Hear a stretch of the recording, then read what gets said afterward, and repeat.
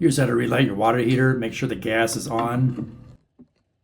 I'm going to remove this bottom cover.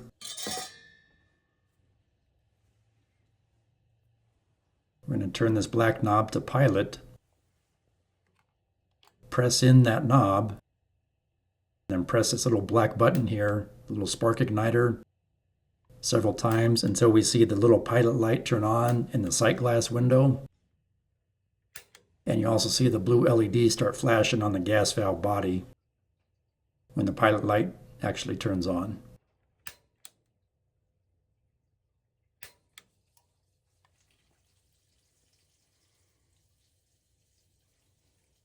There we go.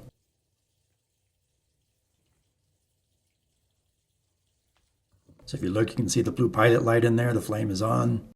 Now we're going to hold it for about 30 seconds and then turn it to hot. You got to release it to turn it to hot.